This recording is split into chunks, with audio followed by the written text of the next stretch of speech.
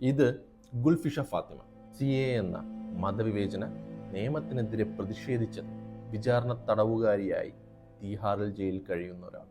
ഇന്നലെ അവർ തീഹാർ ജയിലിൽ 5 വർഷം പൂർത്തീകരിച്ചു. എങ്ങനെയാണ്?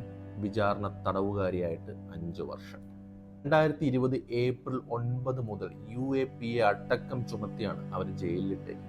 പലപ്പോഴായിട്ട് അവരുടെ ജാമ്യം നിഷേധിച്ചു, വിചാരണ തുടങ്ങാതെ നീട്ടിക്കൊണ്ടുപോകുന്നു. CAA എന്ന മതവിവേചന നിയമത്തിനെതിരെ പ്രതിഷേധിച്ചതിൽ ജയിലിൽ കിടക്കുന്ന കുറച്ച് ആൾക്കാരിൽ ഒരാൾ. ഇവർക്കെതിരെ ചുമത്തിയ കേസുകളിലെ തെളിവുകൾ എന്താണ്?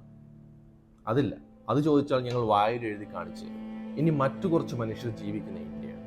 ഇത് പ്രഗ്യ താക്കൂർ എന്ന തീവ്രവാദി മലേഗാവ് സ്ഫോടന കേസിലെ പ്രധാന പ്രതികളിൽ ഒരാൾ 2019 മുതൽ 5 വർഷം BJPയുടെ MP ആയിരുന്നു. തെളിവുകൾ ഉണ്ടായിട്ടും ഇപ്പോഴും പുറത്താണ്.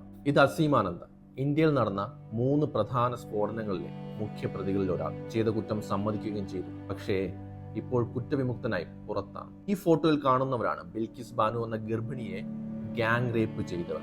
ഇവരുടെ വാർത്തകൾ നിങ്ങൾ ഇടയ്ക്ക് കേൾക്കാറുണ്ട്, കാരണം ഇവർ ഇടയ്ക്കിടയ്ക്ക് പുറത്തിറങ്ങാറുണ്ട്. ഇത് ബാബു ബജ്രംഗി. ഇയാൾ ആരാണെന്ന് നിങ്ങൾക്ക് ഞാൻ പറഞ്ഞു തരേണ്ട ആവശ്യമില്ല. മായ കൊട്നാനി BJPയുടെ ഗുജറാത്തിലെ മന്ത്രിയായിരുന്നു. നരോദാം കൂട്ടക്കൊലയിലെ മുഖ്യ സൂത്രധാരി. ഇപ്പോൾ കുറ്റവിമുക്തിയായിട്ട് പുറത്താണ്. ആശാറാം ബാബു, ഒരു മൈനർ പെൺകുട്ടിയെ പീഡിപ്പിച്ച ഗോഡ്മാൻ.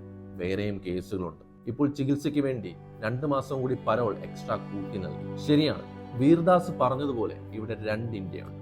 ഗുൽഫിഷ ഫാത്തിമയെ പോലെ നീതി കിട്ടാതെ നരകിക്കുന്നവരുടെ, കുറ്റം ചെയ്തു എന്ന് കണ്ടെത്തിയതിനു ശേഷം സ്വതന്ത്രരായി നടക്കുന്ന ഹിന്ദുത്വ തീവ്രവാദികളുടെയും ഇന്ത്യ.